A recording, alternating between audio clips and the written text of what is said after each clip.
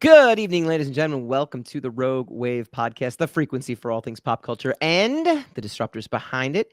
We talk comics, movies, TV, and pop culture with the rogues who create it every Wednesday night, 8 p.m. Eastern, right here on Facebook.com/WeAreRogueMatter, YouTube.com/RogueMatter, Twitch.tv/WeAreRogueMatter, and Twitter.com/Rogue_Matter. We then take this unbelievably crafted video and turn it into an unbelievably crafted podcast on all major podcasting apps. Join the movement. Go Rogue, RogueMatter.com. I am your host, Michael Dolce, as always joined by my cohort in crime, the Lord of the I'll go radio today, Mr. Hassan Godwin. How you doing, sir? Everything's great. Everything is the greatest it's ever been. What is last of the Brunman G? If you don't know, you don't know. Brunman. You're not a nerd. That's good. I agree. We've been over this. I am a geek. You are the resident nerd of the group, and that's how we like. Yes. So I cannot tell you what the last of the Brunman G is. You can look it up though, but you won't. Yeah. So we'll talk offline, and then I'll come back and I'll be like, oh, I knew that the whole time. Yeah. That's why I'm not going to tell you when we're offline. Anyway, that's fair too. We've got a great show. Basically, I am back from San Diego. I am from San Diego ComicCon for more specifics. Although if you're listening or watching the show, I think you understood what I was trying to say. And I won't say the boy or my arm's tired. I will say that I am getting back into the groove a little bit. It's always tough. The post-con, post-pandemic con, this size as well too is I think a little extra for a lot of folks because it's nice to be back to normal in that capacity. So that was good. Did it feel like normal? Was it crowded? Was it energetic? Yeah, 130,000 people. It was, and we'll go through all the photos, and I'll try to give you my not review of the con, but I'll try to put you there as much as humanly possible. I'll send you back in time to what the weekend was and the feel and all that stuff. So we'll get into that next segment.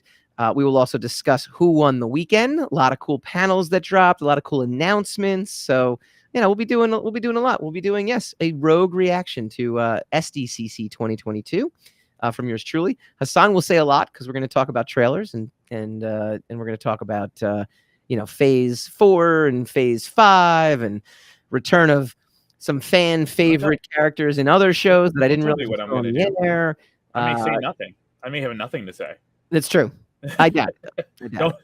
You have to manage your expectations. Don't set us up. But no, right. I'm only setting you up for failure, so it's okay. I know. Bad supervisor. You don't give me what I need to succeed. That's basically how I look at it, man. Okay. I can deal with that. I can live with that. Actually, I think that's. I bet you can. I think that's legit. I mean, I'd argue with you, but whatever. Can't really. So we'll be doing a whole bunch of that. But first, here's what's going down on RogueMatter.com. We've got the badass babes of entertainment. On our 12th episode of season 2, we interviewed Angelique Midthunder, which I got to stop right there and say that is the coolest last name ever. Like Angelique Midthunder, and it is spelled exactly how it's pronounced right there. Like anything where you could have like a cool badass name and be on the badass babes of entertainment show, I feel like that's a double win-win, right? Right. So ironically, when I was a kid, in school I knew a girl named Cara Thunder. Ooh. So maybe they're related. Maybe she's like a cousin though. Yes, exactly. So it's offshoot. Twice removed or something, Yes. Well, she began her career in casting. What's that? He goes, "You're a Thunder, but I'm a Mid Thunder, and we're right. You're not quite. She'll graduate to Thunder at some point." She began her career in casting in the mid-1990s, working internationally as an actress and discovering intrigue for the casting process. Brenda and Megan will discuss everything from casting every character type, developing a special niche for casting Indigenous roles, and priding herself on preserving integrity in cultural casting while recognizing the value of creative freedom. So she was nominated for an Emmy in 2010 for outstanding casting for a miniseries, movie, or special. and in 2017 as well, too, for Gene McCarthy for an Aritos Award. So she's been quality guests, badass babes. Definitely check it out. It's on the Rogue Matter Network. You can check out all of the cool things that they've got going on. And then again, another podcast dropped because we got another comic that dropped today, which everything on the site is free. Again, get it while it lasts. I don't know how, I don't know how we're keeping the walls in. So I don't know. Is that a phrase? Keeping the walls in? Yeah, I've never heard that. Keeping the roof on this. Keeping the roof up. Is that what keeping the lights on? I had to stop. Oh, that's it. See, I had to stop myself. See, this is post San Diego fatigue right now. So you're gonna definitely you're gonna blame travel for that. Okay. Oh, absolutely. Absolutely. Right. I'll tell you all about my flight, which I can tell you about right now. Have you ever been to Cleveland? Because I have. Wasn't supposed to be there. we ran out of fuel. Bad. We ran out of. Your plane ran out of fuel. That's what you're telling me. Yeah. Were you in the air when your plane ran out of fuel? Luckily, no. We were about less than 2 hours away from Newark, and they basically were like, "Hey, there's thunderstorms west of Newark," and so we were diverted all the way south. And unfortunately, we just didn't have enough fuel to do it to make the trip. So we're gonna land in Cleveland. That makes sense. That kind of makes sense. That makes more sense than how you set the story up. Where it's like, yeah, ladies and gentlemen, you know what? We're out of gas. We're gonna glide. I mean, hopefully they can land this beast someplace where you'll be able to deboard without dying. It's all about it's all about managing expectations. Yes, I raised your expectations to a high level and failed to deliver. Ultimately, ladies and gentlemen, I shouldn't even have told you anything about the fuel, but I'm panicked myself, so I don't know if I'm going to be able to land. We're about to crash into the side of a mountain. I apologize. But it still sucked because it was supposed to be like an 5-hour flight, 3-hour time difference, and that turned into an 8-hour flight and an 11-hour time difference. It was, ended up getting in late. So yes, I will blame the travel. No one. You survived. You survived your plane running out of fuel, dude. You should not be complaining. I'm not complaining. I'm merely using it as an excuse for not remembering that it is all about turning the light, keeping the lights on. See, I couldn't even say it the second time. See, that's how fatigued I am. I'm not going to help you anymore. I'm just to let you flounder. Since you should have took a B12 shot before we did the show, man. So you're right. I mean, I encourage all drug use on this show, and it's opioids, man. Why should we be different? That's the whole country. Opioids. Let's do it. You know what? I'm a conformist. Let's conform. Exactly. Kingdom of Tundo number 4 is out on the site.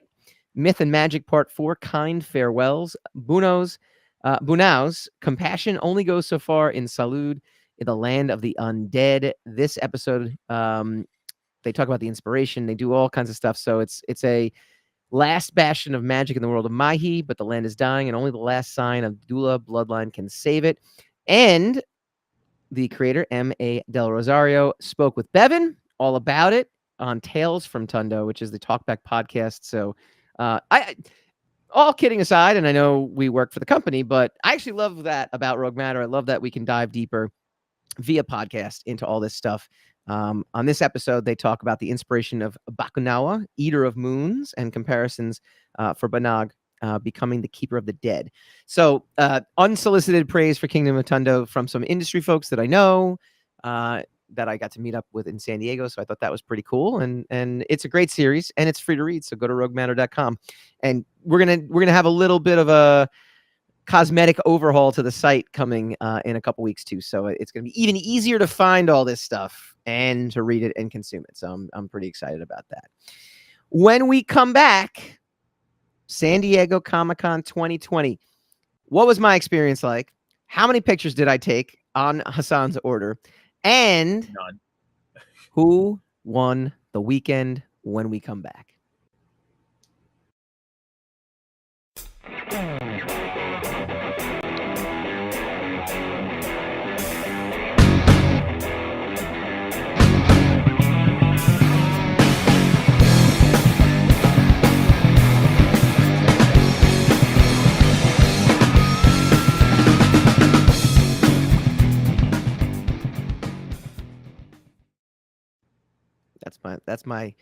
get pumped dance in the intermission. Welcome back to the Rogue Wave podcast, talking comics, movies, TV, and pop culture with the rogues who create it every Wednesday night. We are recapping San Diego Comic-Con 2022. Now, right off the bat, I was there. And as per Hassan's marching orders, I was supposed to take as many photos as possible. So this is what we're going to do for our at least viewing audience. And I'll try to, narrate it as for our listening audience as well. We're going to do this in the old days. Now, kiddies, in the old days. Now, this actually predates, I think, even you and I, because we were not adults in like the 70s and 80s. No.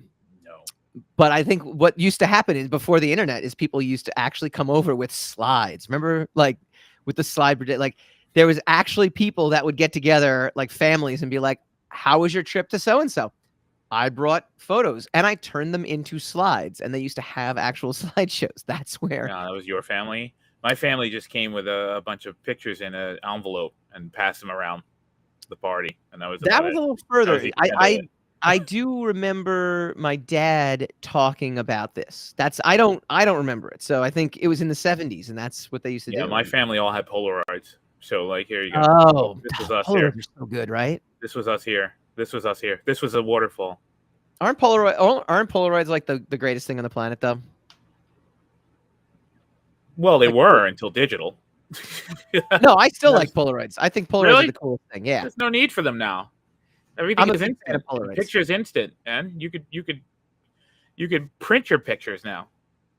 No, I get that. I do. But there's something cool about like, and then just flap it around and stuff like that. There wasn't anything cool about those cameras, though. Those cameras are like carrying around a suitcase full of rocks.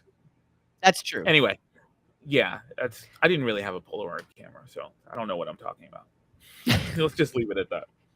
Just on a Polaroid topic, I was with some friends a few months ago, and they bought an old Polaroid camera just to kind of take a Polaroid photo, and it was kind of neat because we took pictures of our kids like all sitting together, and it's like it looks like a 1970s photo. Like it's pretty cool. Like it just does, right? Because it's Polaroid. So it's pretty cool if you want to take a picture that makes you look like you were in the 1970s. Yeah. Oh, totally. Totally. I mean, for the here and now, that's a little. Never mind. It's dated. Okay. Good for you. Excellent. Excellent. So I don't know how we got on this subject. Let's Aaron, let's roll film like we were sitting in a slideshow here. These are all the slides that I brought for my slideshow. That's me holding Superman #1. That is the only picture that you shared with me in the entire weekend. That's not true. You shared a video of the other thing that I'm sure you're going to show. Yes. And I showed you the Star Wars setup too. Yes, because I told you to steal one, and you didn't. No. Yeah. Very, very tough to do. Very, very difficult to dedicated. Do that. That was the cost of Superman #1 was $124,995.95. So you picked one up? You grabbed one? Well, I literally grabbed and ran. Yeah, it was a good. It was good. Let's just say there might be some people looking for me. I might be going to jail. Might want to lay low. Maybe so. Yes.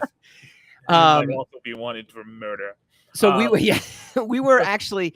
This is the funny part, though. We were with one of the Rogue Matter investors, and so he actually he didn't purchase this because it was already sold by the time it got to him. But he did purchase X-Men #1 for $90,000. Is that amazing? That's how we can offer free stuff, because he can buy things like that. I have a number of expletives for that, but I don't know if amazing is one of them. It's pretty cool though. I think that's intense. So this is San Diego at night, and I won't bore you with all the building shots, but just to show you that there was, just like in previous San Diegos, the whole town was taken over with billboards. Now that is for a show called Severance. Now, I don't know if we'll get into it right now, but I will. I don't know if we should get into it right now, I should say, but we will. I had never heard. I knew Severance because I knew it got all these Emmy nominations, but then I kind of said to some of the friends that I was with, and I'm like, why is it at Comic-Con? Like, it's just another, like, this just doesn't fit, right? Have you watched Severance at all? But you don't get Apple, right? No, I don't have an Apple TV, but I have heard about Severance. I know about Severance. Right, and they're telling me, they're like, no, it's like a Philip K. Dick like very sci-fi, very whatever. I was like, oh, okay, and won Emmys, and I have Apple TV. I actually just watched the first 2 episodes at home, so billboard advertising totally worked to get me to watch it. It is a trippy show, man. It is. I'm very. I'll put it this way. I am so intrigued by it. I had dreams about it last night after I watched it. I don't remember what they were, but I know like it involved like Severance in some way, shape, or form. So I don't know if that's an endorsement. All right, so I have a number of therapists on standby. I'm gonna send you those numbers. This was the Star Wars display. What was awesome was they had just these mannequins with all the costumes up straight across, and then above that is a gigantic monitor was actually playing, all of the Kenobi, any movie Kenobi was in or anything Star Wars related. It was actually showing it as we were there. So we walked by the booth right at the best moment of Attack of the Clones, which is right there. So they were fighting Count Dooku, and then Yoda walks in, and we're like, this is easily the best, the best part of the movie. There's what's his name? Christopher Guest? Who's Christopher Lee? Christopher Lee. Couldn't think of the name. Okay. What? I told you, fatigued. Very fatigued. Sure. Lloyd. No, Lloyd. Aaron said Christopher Lloyd. So it is not Christopher Lloyd. That's Christopher definitely Lee. Not. That's Dracula. You numpty. I don't feel. Look, that's what Count finally Dooku is a send up of Dracula. That's why he's Count Dooku. Finally, I get some support from Aaron. She's there, man. You got to utilize her skills. That's what you got to do, man. You got to get into that. That's what it's all about. But it was, it was an awesome display. There was a lot of great booths. This is a Lego booth, Lego Star Wars. Pretty cool. Yeah, it was cute. I mean, it was like life size. It was pretty awesome. Vader with a Hawaiian shirt. I'm into it. Yeah, it was definitely. Is he playing paddleball? What's he playing? What's he doing there? I think so. I don't know if that. You know what that is? I think that is. It's like ping pong. Pickleball now. Pickleball's huge now. I don't know what happened. Pickleball has now usurped ping pong as like I have no idea what pickleball is. Do you hit a pickle? I don't understand. No, it has nothing to do with hitting a pickle. That's the worst part about it. It is actually it's basically kind of like a merger between racquetball and ping pong. And so it's kind of like tennis light. Green? The ball's green though, right? No, it's not even. No, they use a wiffle ball for it. What the? All right. Clearly, you haven't jumped on the pickleball bandwagon. Clearly, I have not.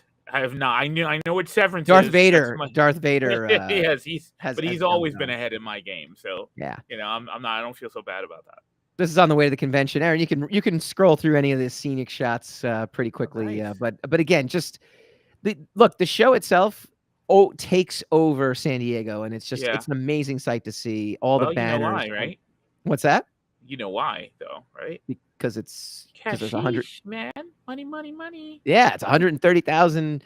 It's like San Diego is basically like Amityville in Jaws, right? That's when San Diego ComicCon comes around. Yeah, everybody just sells out to that so that they can make their bank for the year. Right now, if there's a great white at San Diego ever in the future, it's gonna screw up the entire game, right? Yeah. And, people not going to show up because it's like a wandering great white.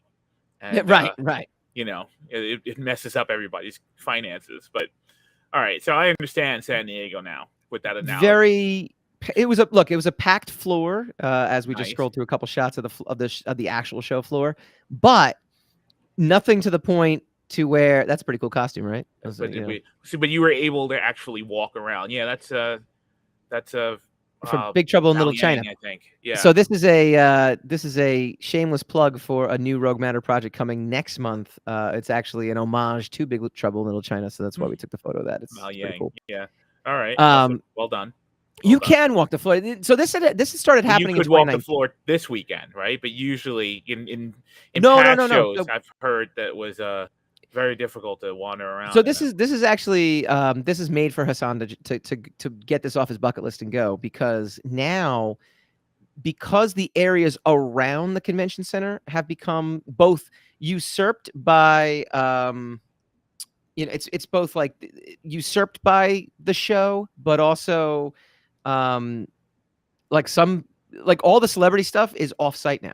Like it used to be that you'd have the celebrities like right on the show floor. Like if you had the Marvel booth, they would have a second floor, and that's where they would be interviewing and green rooming, and there'd be like autographs and things like that. And now you just don't have that anymore. You just Now you it's just have spread all over the place, right? Which is what correct. they're Yeah, trying there's to like do with New York Marriott Comic-Con. and what's that?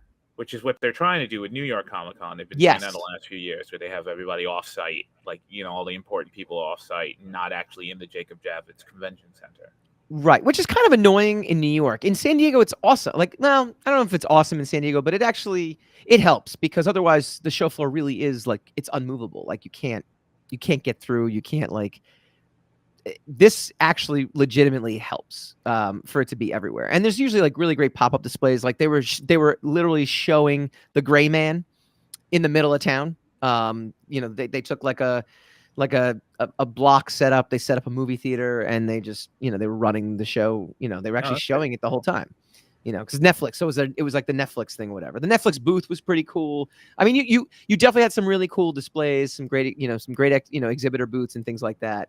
Yeah, and Aaron said it'd be nice if all was in a couple blocks of New York, Comic-Con rather than 2 subway stops. Agreed. Like New York's just way too spread out for that plan to work, I think, as effectively. Well, in a couple years, I mean, they're really building up that area. They recognize the significance of it. That area has been really built up in the last 10 years because remember how it looked 10 years ago? It was like a nightmare. Getting there was a nightmare. Yeah. So I mean, it's I'm sure in another 5 or 6 years it'll be spruced up to the that's a heavy development area. Also, they could take over that whole area and build it up. Yeah. I mean, that's the thing about San Diego. I mean, there's just everything within walking distance that's worth seeing. So cue up a video or two here. I did take a couple reels because I'm with the.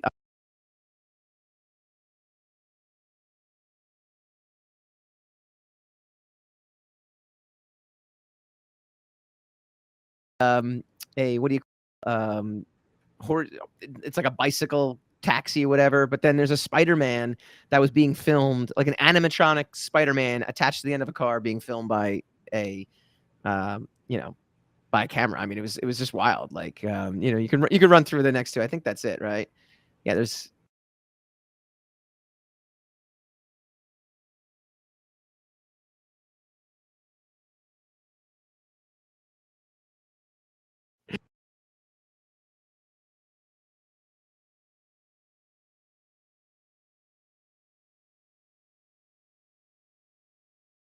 hotel room, by the way. That was from my hotel room. That was like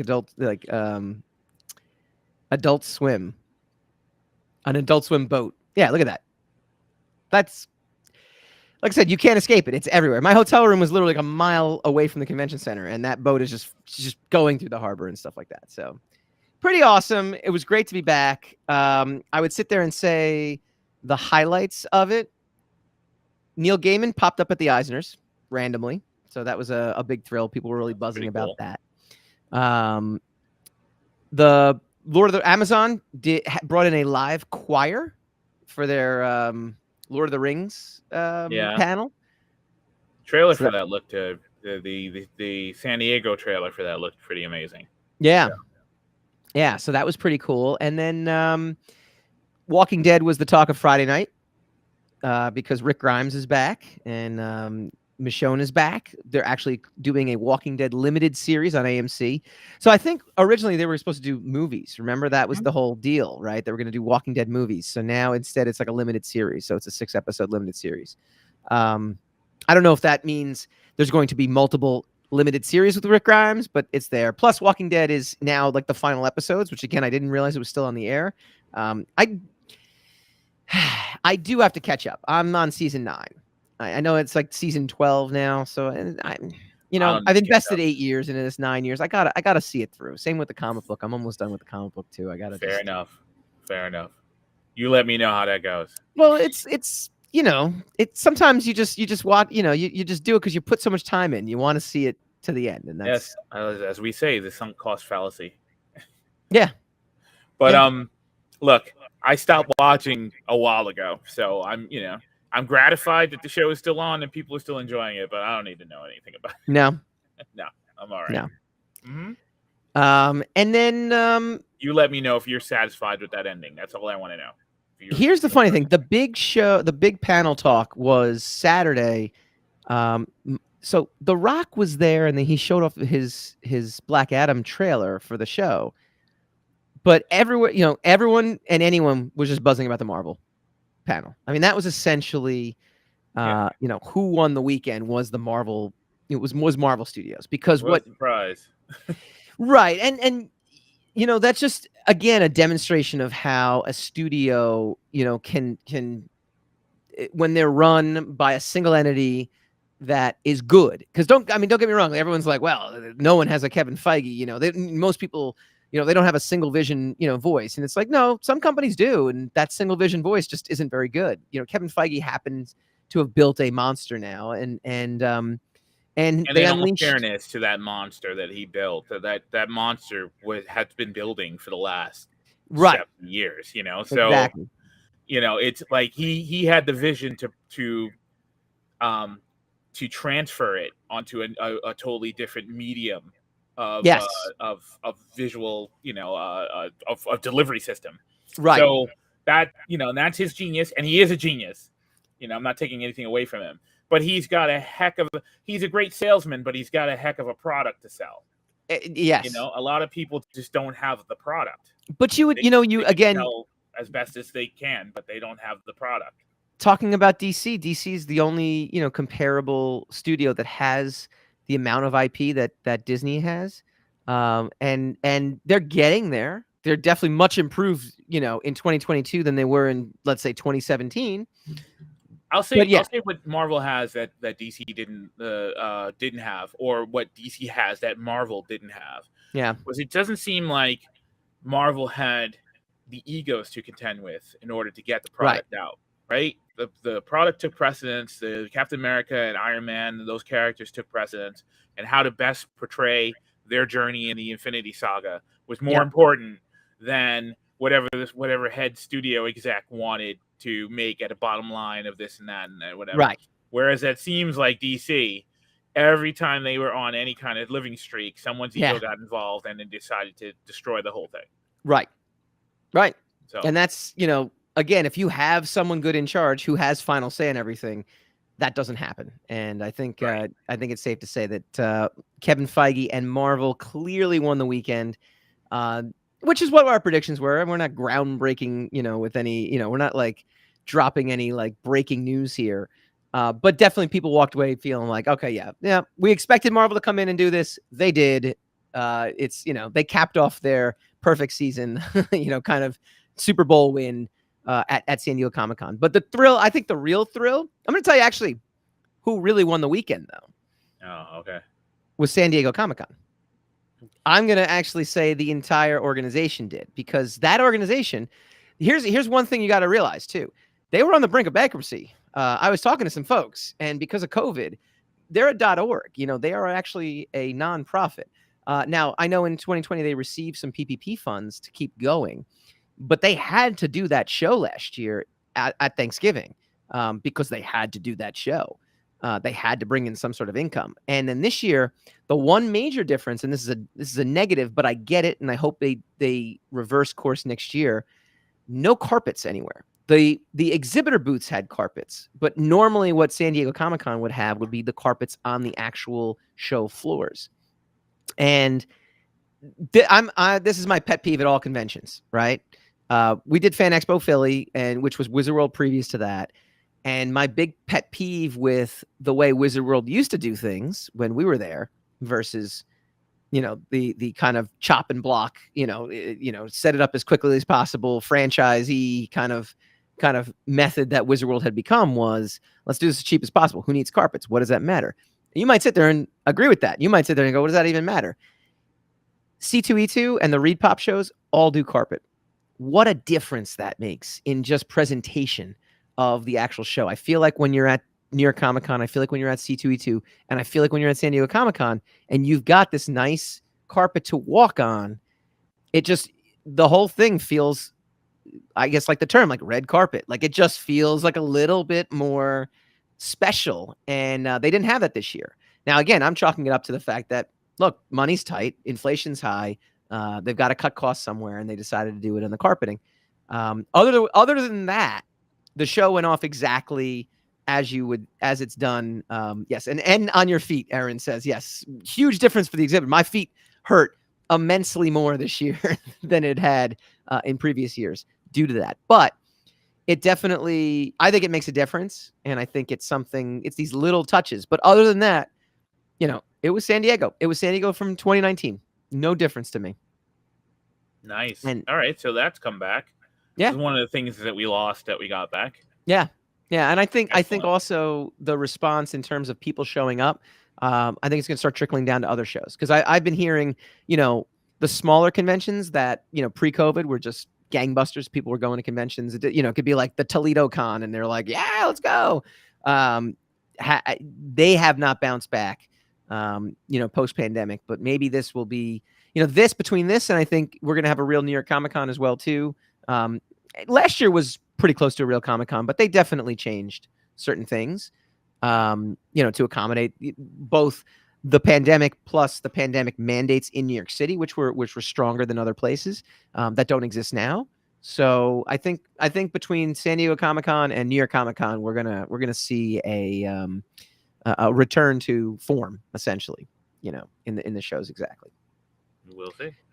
So this is the thing. We are going to go to break right now, Aaron. I was just getting to that because what we're going to do is we're going to dive into the Marvel panels. That was clearly, like I said, the winner of all the panels. A lot to digest out of that. And as much as San Diego Comic-Con, the organization, I think, won the weekend in terms of panel releases and content. I think it's Marvel. And we're going to break it all down and get Hassan's take, because he's been doing a lot of nodding, going, yes, yes. I want to hear him talk. I want to hear him talk. Easiest money I made all week. When we come back.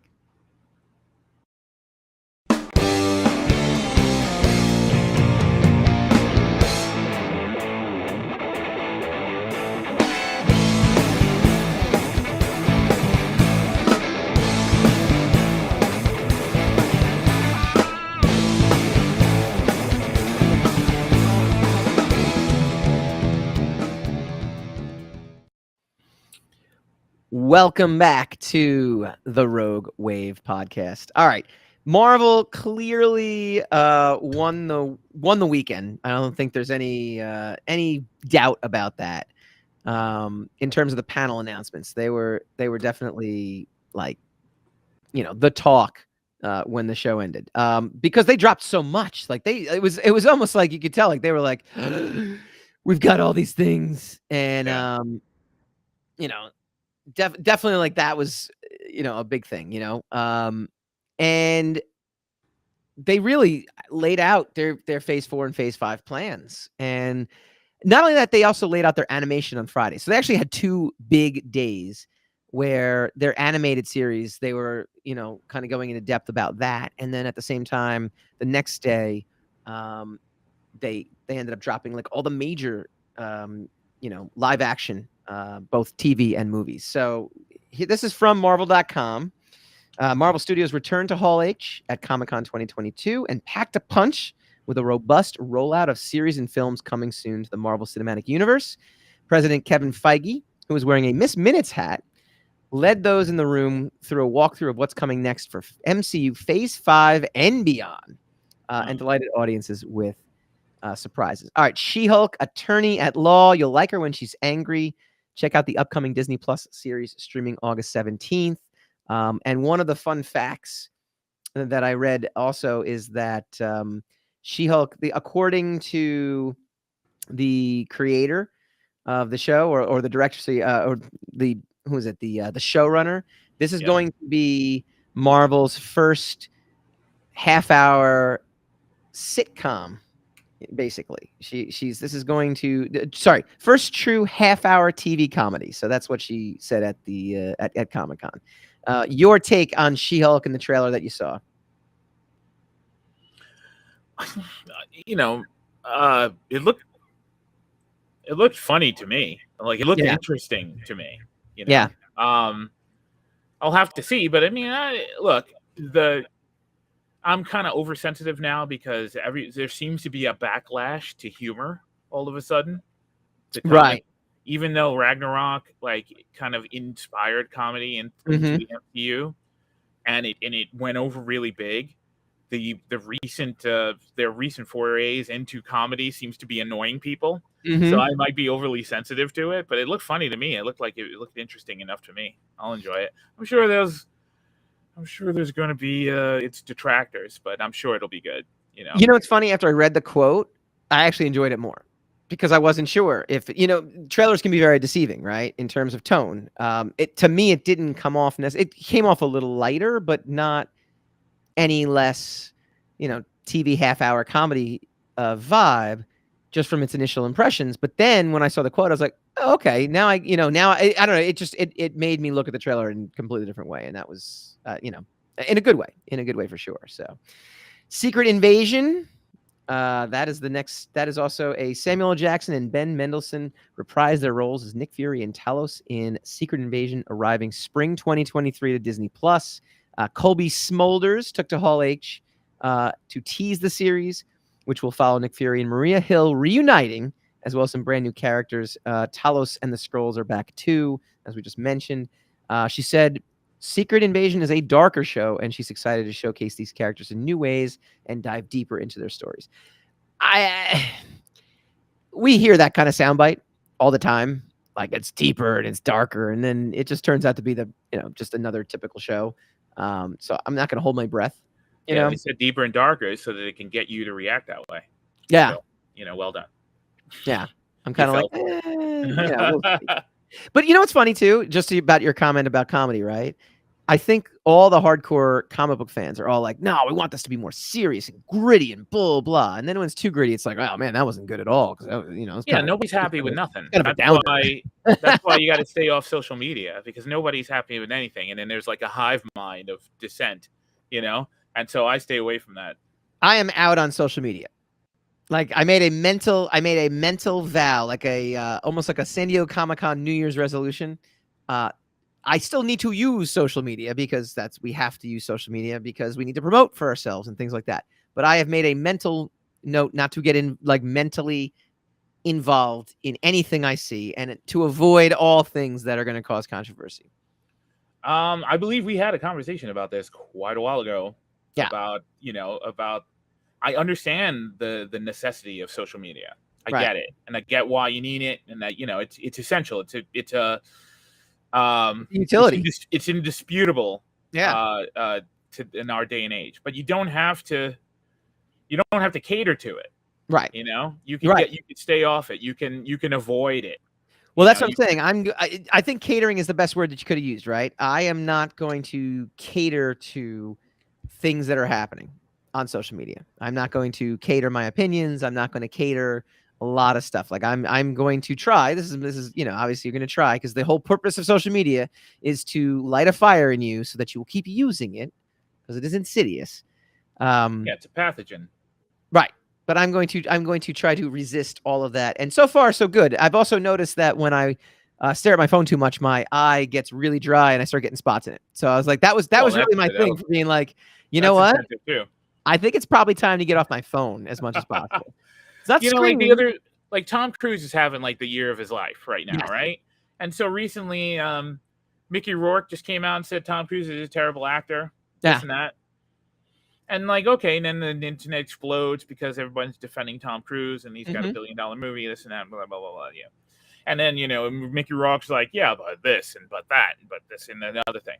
Okay, fine. Here's the thing. If Mickey Rourke just kept his opinion to himself, yes, none of that would have happened. He could have maintained that Tom Cruise, in his own circle of friends, that Tom Cruise is a terrible actor as far as he's concerned. And then he wouldn't have been roasted. None of that would have happened. Yeah. It's kind of like a mild psychic disease that people get. Like, I feel this way. I got to say something about how I feel about it. And then I got to be upset that everyone disagrees with what I said. I'm going to go a step further on you, though. I'm going to go a step further on you. And I think this is something that because San Diego to me was kind of a break from my routine. It was the first, not the first trip I've done. I went to LA in March, but it was the first, as close to a vacation away from everything that I've been doing for the past 2 years. So I made it a point to be like less connected to social media. And what I've realized also, though, is that by consuming so much social media, I'm with you. I don't post politics. I don't post opinions. I use social media as a promotional tool, and that's all I've ever done. However, I do let the opinions I read soak into my brain. And so maybe I'm not doing what Mickey Rourke is doing by posting anything about it. I know I'm not, don't press send. That's our motto on the show. Yeah, but you're still participating. You're still consuming. Exactly. I'm consuming stuff that gets me upset or enraged or gets me, and to the point where, again, I'm walking around being like, I can't, like I'll mow the lawn and I'll have my thoughts to myself and I'll be thinking about like, well, I can't, oh man, this generation does this and I can't believe that person does this. And, and so it stays with you. It stays with me, actually, I should say, past the point. And that's what I realize is what's happening to people out there. And that's why you have the people mumbling on the street, angry at things, because they are letting these conversations in this device that is made to create these conversations in their brain. And they're walking around with it. And it's like, no, you know what? I might not be able to help that guy or that girl, but I'm going to help me. I'm going to help me not get enraged. I just saw a journalist say, like, yes, there's a lot of disinformation out there, and there's a lot of there's not a noise. There's a lot of crazy news, and there's noise. It's more the highest interest seems to be to sow chaos by putting as much noise as humanly possible. But he also said, but the consumer, it's also the consumer's responsibility for the news that they consume. Yes, like you have to be aware of the news that you're consuming, and you got to take responsibility for how you consume your news and how you will allow the news you're consuming affect your mental health. Yeah. So, I think, I don't know if we're going to solve the social media problem, because it's just this pervasive tool that people are just going to keep using until it blows up, which is basically the human nature. But we do have to reinstill human responsibility in how we use these tools. Yes. Right? Yes. A hammer is very dangerous if you're using it for any other purpose other than to nail, to put nails in wood. So you have to, I heard a great express the responsibility, or utilize your responsibility. Yeah, I heard a great. This is from one of my sports radio guys today. He said the Colin Cowherd show. He goes, look. He goes, I said it on the show before. He's like, we cover the plane crashes, not the plane landings. There's lots of plane landings. We don't cover that. We cover the ones that crash. But that's what all the social media is. It's all the that's crashes. Exactly right. It's all, it's all the explosions. Yep. So exactly. And that's exactly what it is. Like I'm seeing news prompts about, like, it's the, does the announcement of phases 5 and 6 mean that Marvel knows that phase 4 failed? Right. It's like, well, the news is we're getting a phase 5 and a phase 6. Right. Obviously it didn't fail to such an extent that they couldn't do any more phases. Right. So why are we even speculating that? Yeah. And it's just the nature of the beast. It demands its sacrifices. Yeah. So don't be a sacrifice. That's my motto. The other term I thought was pretty good too was don't be a mascot either. Don't put something out on social media that can be used by groups to prove a point. Not that anything we're doing, I think falls into that category, but it's possible, Trumpeting talking points or getting, your grievous, pouring together, whatever your cause is just, putting your hat in the ring in an arena you don't want to be in, You don't have, ultimately, we are normal people. We don't have the stamina to be in that kind of arena.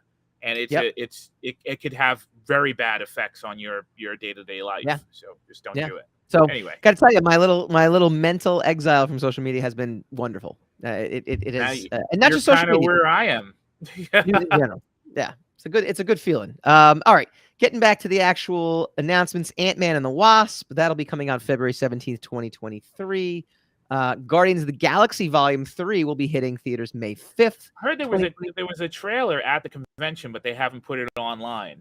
For Ant-Man or for Galaxy? Guardians of the Galaxy? Okay. Yeah. All right. So you obviously didn't see the trailer then. No, yeah. Okay. James Gunn did say that this is the end of the story. Some stories have an ending. Doesn't mean everybody dies, but there will be an ending, to this. He said the entire process of working on Guardians of the Galaxy has been about telling one story between the 3 films with a couple sideway adventures into some of the other universes. But I think it really is about the one story. This is about the final arc that we began at the very beginning. So, I mean, you don't have to agree with this. I've enjoyed it, you know. Right. I enjoyed the first one way more than the second one, but I still enjoyed the second one, so I'm looking forward to how they wrap it all up. You don't have to agree with this statement, but Guardians of the Galaxy might have been the biggest success Marvel has ever had. And I'll say it because it's what they're hoping, or they were hoping, or are hoping that Phase 4, 5, and 6 will be. Characters that aren't household names that happen to break out, you know, beyond what is on the comic book pages. Look, Guardians of the Galaxy to me was the Jim Valentino run in the early 90s, which I thought was great. It had Yondu. It had some of the characters that we know from Guardians of the Galaxy. But the movie was based off the short-lived Mark Millar miniseries. And, you know, even that, while Mark Millar is a huge name in comics, Guardians of the Galaxy, his Guardians of the Galaxy run wasn't the reason, you know, like he's on the map. But that movie... I was definitely not a reader of Guardians of the Galaxy before the movie. Right. Right. So I think in that sense... Guardians has to be the biggest thing Marvel's ever done because, you know, Spider-Man's going to do great because it's Spider-Man. Even Iron Man, you know, that's a household name. Captain America, these are all household names. Thor, you know, these characters have been around a long time and have a built-in fan base. Guardians of the Galaxy didn't. So, you know, this is the template for Moon Knight. This is the template for and what's promising, what not promising, but what I hope is proof of concept for studios. Guardians of the Galaxy is a really great movie with really great characters. It also has really great actors too. Moon Knight is a good example of it kind of had two of the three. And, you know, as a TV series, to me, you know, I'm not gonna compare my level of excitement for Guardians of the Galaxy and how it ultimately made me feel versus Moon Knight. You know, but Moon Knight had a great actor and it had an interesting concept. But, you know, as a series, there's definitely some things about it where we're like, all right, it just doesn't pack the same punch as what the first Guardians of the Galaxy did. I thought, to me, just from a movie in general, I'm like, wow, that was a great film. That was a great story that had great characters, great actors. You know, it didn't matter that it was a Marvel movie. And I think that's what these Phase 5 and 6 characters have to hope that they do, is just tell a really good story in a really good way. And people, well, I mean, a really good story is relative. I don't subscribe to tell really good stories because whenever someone says that, you ask them, well, what does that mean? And then they can't tell you, right? I do agree though, that they need to be character driven.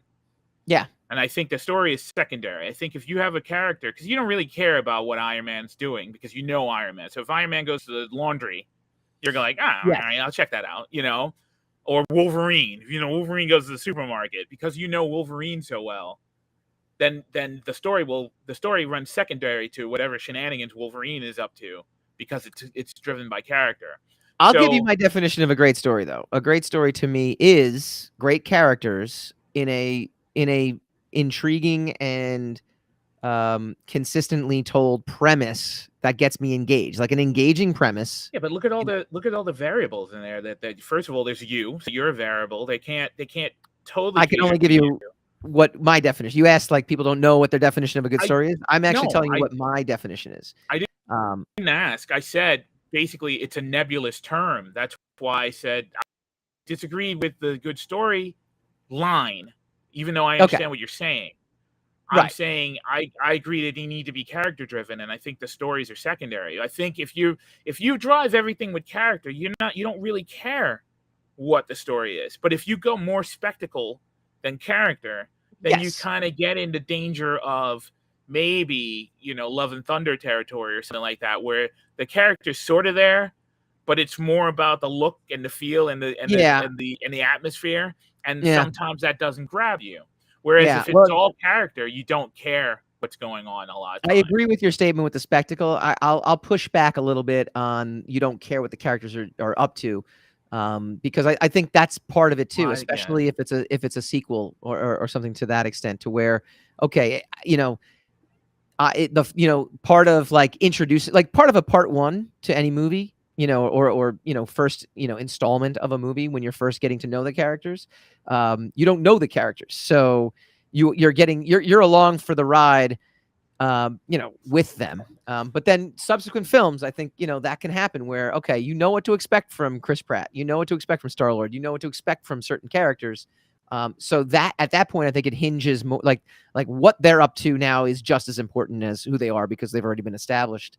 And so that would be the only thing. But would you agree that in order for stories to make sense, you have to know who the characters are in the first place so that you can formulate stories behind them? Yeah, that's exactly what I said. The part one, you're learning the characters as you go along. So the story, you don't have a point of reference for whether or not, what the characters are doing is any good because you don't know what to expect. You're learning the characters. But once you do learn the characters and know the characters, that's why sequels are hard. It's not easy to do that. Like why was Spider-Man 2 one of the greatest comic book films in both of our opinions? I think it's because he'd already established the characters in the first movie, brought in another equally as impressive character in Dr. Octopus, but then also what Dr. Octopus was trying to accomplish, what scenario was set up was also just as riveting, made sense. It wasn't, kind of like out of left field. I know it's riveting to you though. That's what I'm saying. The thing is, agreed, right? That Spider-Man 2 is one of our best. We would put that up there as one of the best ones. And I'm just saying, I think that's I'm sticking with the original scenario that you put down as to explaining what the process or the formula may or may not be in making Phase 5 and 6. Yeah. On par with the success of Guardians of the Galaxy. And whereas the only thing I disagreed with you, and I don't really even disagree, I just said that the term of good story is nebulous, because there's been a lot of stories that people think are great. Sure. I think were rudimentary or terrible and vice versa. Right. Yeah. So basically the only thing we can all agree on is that we enjoy these particular characters and that you're in a better position to tell a better story if you I wholeheartedly agree with that part. Yes, absolutely. Okay. That's what I'm talking about. Yes. So like if you're in the process of branding or making an IP, learn your characters first and the stories for them will come. Correct. The stories have to be secondary to the characters though. Correct. Yes. That's all. I agree 100%. I agree 100%. All right. Black Panther Wakanda Forever, brand new teaser trailer and poster. So I'm sure you've seen the teaser trailer at this point. They alluded to what, the fact that T'Challa is no more. Yeah. What that means, I don't know. What do you mean? What's that mean? It means he's no more. Here's the thing. Is he dead? Is he just maybe gone? Is he off? Like, we don't know what that means exactly. But when Angela Bassett says that my entire family is dead, then I suppose that means that he's no longer part of the story. No, I know. I think it's an interesting place to go with it. I think this is my prediction. Sure to go wrong. I think that they're going to actually kill T'Challa off in this movie out of respect for Chadwick Boseman. I think because this is a multiverse, though, I think all bets are off for the future movies. I think they're going to end up recasting T'Challa, but it's not going to be our world T'Challa. It's going to be a different T'Challa. It's going to be... Yeah, I did it with Spider-Man. Where Tobey Maguire and Garfield look nothing like what's his name, Tom Holland. So right, it's fine. I just think they need to stay away from that only in the sense that they don't know, and we don't know. We will know soon because we only have one movie. We don't know why everyone loves Wakanda. We don't know if it's Wakanda and the whole atmosphere of it, or if it's just because of Chadwick Boseman. Yeah. So, out of defense, for the franchise, what we have left is Wakanda. We do not have Chadwick Boseman, so we will elevate Wakanda, and we will find out whether these movies were successful because of Chadwick Boseman, or because of because of Ryan Coogler and the world building of Wakanda in and of itself. And there's really no way to do that but the way they seem to be trying to do it. Yeah. No, I agree. I agree. I And think then also if this tanks itself, if they decide to make any more, then they'll probably use the multiverse and recast him. But it's gonna be tough, man. That's like replacing your lead singer. yes. It doesn't Oh, I know. work. I know. It I'm with doesn't you on always work. that. Not everyone is a Van Halen, and where they No, can I do agree. I do. that. Sammy Hagar. Two takeaways that I got from the teaser. One, I wish they would have cast a different Namor, only because he really resembles Jason Momoa a lot. Like, not in terms of size, like his actual like muscle, just face. Like he's got the beard and the long hair, and I don't know.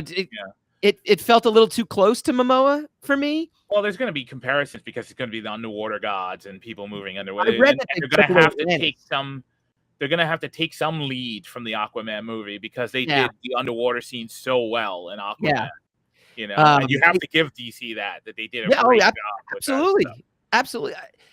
The craziest thing is I would sit there and tell you that Aquaman, I think, is one of their strongest IPs right now, which for living in the Entourage world, makes sense. But obviously, we're not. So, well, back when Entourage was out, it was a joke, right?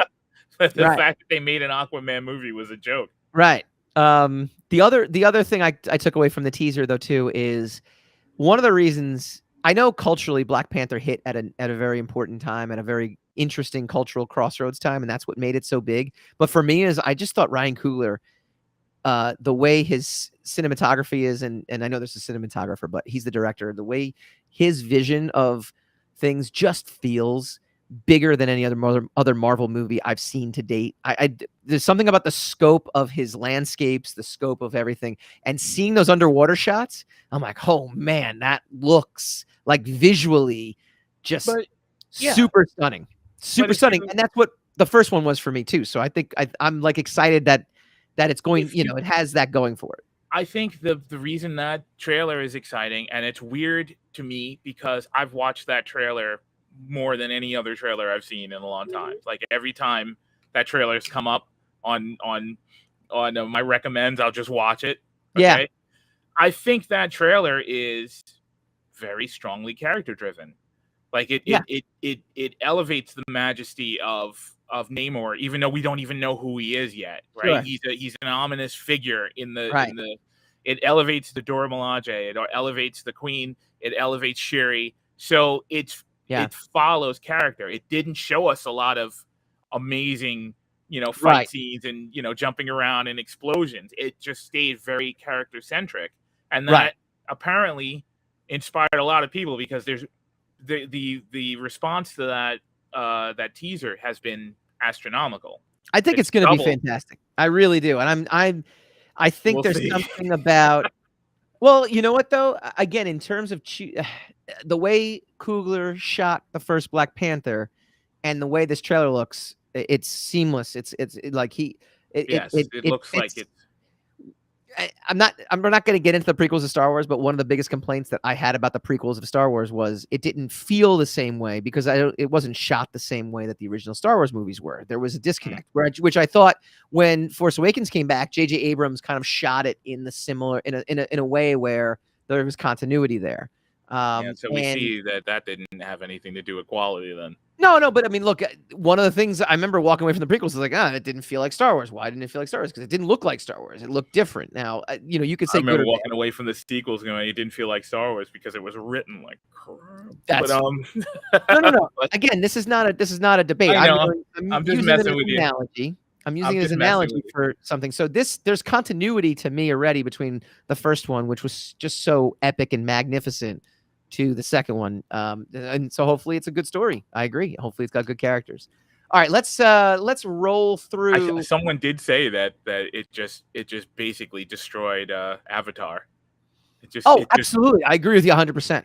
I don't know about that. I think there's room for both of them. From a trailer standpoint, agreed, and also just from a what's funny? Out of all the Marvel announcements yesterday on the Friday about the animation, I looked at I Am Groot and I'm like, I guess it's a cartoon, but that actually could that could pass as a live action movie because of the animation.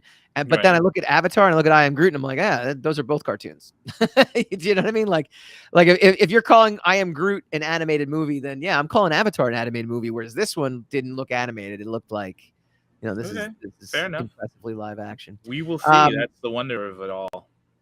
A bunch of announcements after that. Echo, which we knew was coming. Maya Lopez, gets her own series. We'll see. Not a huge character in the comics. I mean, she was a good supporting character in the comics, but in terms of having her own series, never. Shows like Echo are interesting to me because if they are successful, it's starkly different than what is comic book successful with some of the more recent characters, because Echo is really only 20 years old herself. Yeah. And so it's interesting to see if her show is deemed a success and the ratings bear that out, then there really are two distinct audiences between like the comics and the movies. So we'll see how that goes. Loki season 2 arrives 2023 on Disney Plus. Blade will be in theaters November 3rd, 2023. So our 2023 is packed, which is great. Ironheart, who will be in Black Panther Wakanda Forever, which I think is a smart move to introduce her there, has her own solo series arriving fall 2023 on Disney Plus. Agatha, or All About Agatha, Coven of Chaos, she'll be in winter 2023. So good for Catherine Hahn, because I think she's a fantastic actress, and I'm glad that she's an unlikely star, right, in the Marvel universe. I wouldn't have thought the MCU, that Catherine Hahn, who is just a legendary, to me, comedic character actress, would be, like, you can't predict these things, and that's a good thing. It's like, who would have thought she'd be a breakout star? But that's fantastic. I'm thrilled. And then I think the big one, I think this is, to me, this has got me the most excited in terms of what's coming on Disney Plus. But we got to wait basically a year and a half for this, is Daredevil Born Again. So Charlie Cox. 18 episodes. How many? 18, supposedly. Really? All right. Yeah. Charlie Cox and Vincent D'Onofrio. But that's spring 2024. You've got Captain America New World Order May 3rd. So that'll be the big release 2 summers from now. This one I'm excited for because I am the foil from the comics. I think they've actually got things set up well enough that they can pull this off. Thunderbolts, July 26th. The backstory for this one, kiddies, is Heroes Reborn took Fantastic Four and the Avengers and moved them to their own pocket universe, so Rob Liefeld and Jim Lee could do whatever they want with them and reboot them, essentially. And if they were successful, they would have kept them going that way, but it was not. And so to fill the void in the Marvel universe, a new team of heroes were called the Thunderbolts, came out, and it turned out it was Baron Zemo pulling. Yeah, the Thunderbolts are kind of like the Suicide Squad for Marvel. Yeah. And then finally, Fantastic Four. Not finally, but before we get to the Avengers movies, November 8th, 2024, it kicks off feature film, introduces Marvel's most iconic family. I got to sit there and tell you, outside of Black Panther Wakanda Forever, I feel like this is the movie that the fans are the most excited, anticipating. Is that a fair statement? I don't know. I'm not a Fantastic Four fan, I'm not either, but I feel like I don't know where you would. I don't know how I would assess what the fans are most anticipating. I feel like the fans are like super hyped about Blade and Guardians. The third Guardians movie. No, but I'm because this is the first. This will be technically the first Fox acquired move. Well, yeah. I think this is the first Fox acquired movie. So I think there's a wonderment and an anticipation for what does this actually mean that we finally get an MCU. All right. Well, if you're asking me, though, I have no idea. I don't know anything about whether or not there's super buzz for Fantastic Four. I mean, I just heard about it in passing. Yeah. And my first reaction was Aaron's first reaction, which was like another one. Like they're going to do a third iteration of it. So we'll see. And finally, 2 Avengers movies coming out in 2025. So our 2025 slate is pretty. 2025, though. I mean, I know, right? Come on. If Well, the world is still here by then, like that'd be great. Don't get sucked in, Hassan. Don't get sucked in. I'm not even talking. I'm talking about a meteor. I'm like, anything could happen in the next 3 years. Fair enough. Fair enough. I'll go meteor. I'm not talking politics. I'm just talking, are we even going to be here in 2025? This is phase 6, by the way, and it promises compelling storytelling and continues in theaters May 2nd, 2025. The Kang Dynasty. So, there's going to be multiple variants of Kang popping up, which will ultimately get very confusing, I think, but will culminate in this Avengers Kang Dynasty movie, not directed by the hanging their hat on the multiverse, man. Everyone's going multiverse in the. I know. We'll see. Got to be careful with that one. That can. Oh yeah, it's the coffee very easily. It's like any other tool. It can be overused or used in the wrong way. So yeah. And then finally, and all right, I'm kind of excited for this. November 7th, right in time for our birthdays. 2025, Avengers: Secret Wars. Secret War was a big one in comic book lore. So I'm thinking. Wonder why they're doing them in the same year. There's got to be a reason. Oh yeah, I mean, maybe. No, but there's got. I suspect not even a storytelling reason. I suspect a financial reason why they're trying to do those in the same year. Could be. Just like they don't want to push something until 2026. Yeah, could be that. I mean, it could just I don't know. It's tough to say. They've built up. They've built up. I don't know how to say this exactly. Things so well in phase 1, 2, and 3 to the point where Infinity War and Endgame. I mean, I know my thoughts on Endgame, but still, I still have to hold a candle to what they were able to pull off in terms of culmination of a story, itself and a universe. It's gonna be interesting to see, minus Robert Downey Jr., maybe minus Chris Pratt, maybe minus Thor, maybe minus a lot of these familiar faces, if they can build that same kind of linchpin up for Secret Wars when it comes out. But we'll see.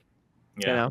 That's kind of half the fun. That'll be the challenge. If they can get anything near, I liked Infinity War better than Endgame, but if they can get anything near the hysteria and the enormity of Endgame, then they've beat the odds twice. So we'll see if they can do it. That's a good way to put it up. All right, what did you guys think? Comment in the chat. We will comment with you all. Well, we are commenting with you all show long, but we'll do it throughout the week as well. Next week, so we're done with this episode. That's it. That was my San Diego Comic-Con wrap-up. That was our San Diego Comic-Con reaction. Man on the ground. That was our man on the ground. Hell yeah! You got to send me back there again next year. I'm down. I got no correspondent. Michael Dolce. Don't ask me to attend any panels. I will be at the bar. We got Kurt Zauer, independent creator. He's got an Indiegogo campaign going on right now with some familiar Rogue voices inside, which is pretty cool. And we will digest all the latest pop culture news. We will see you guys next week.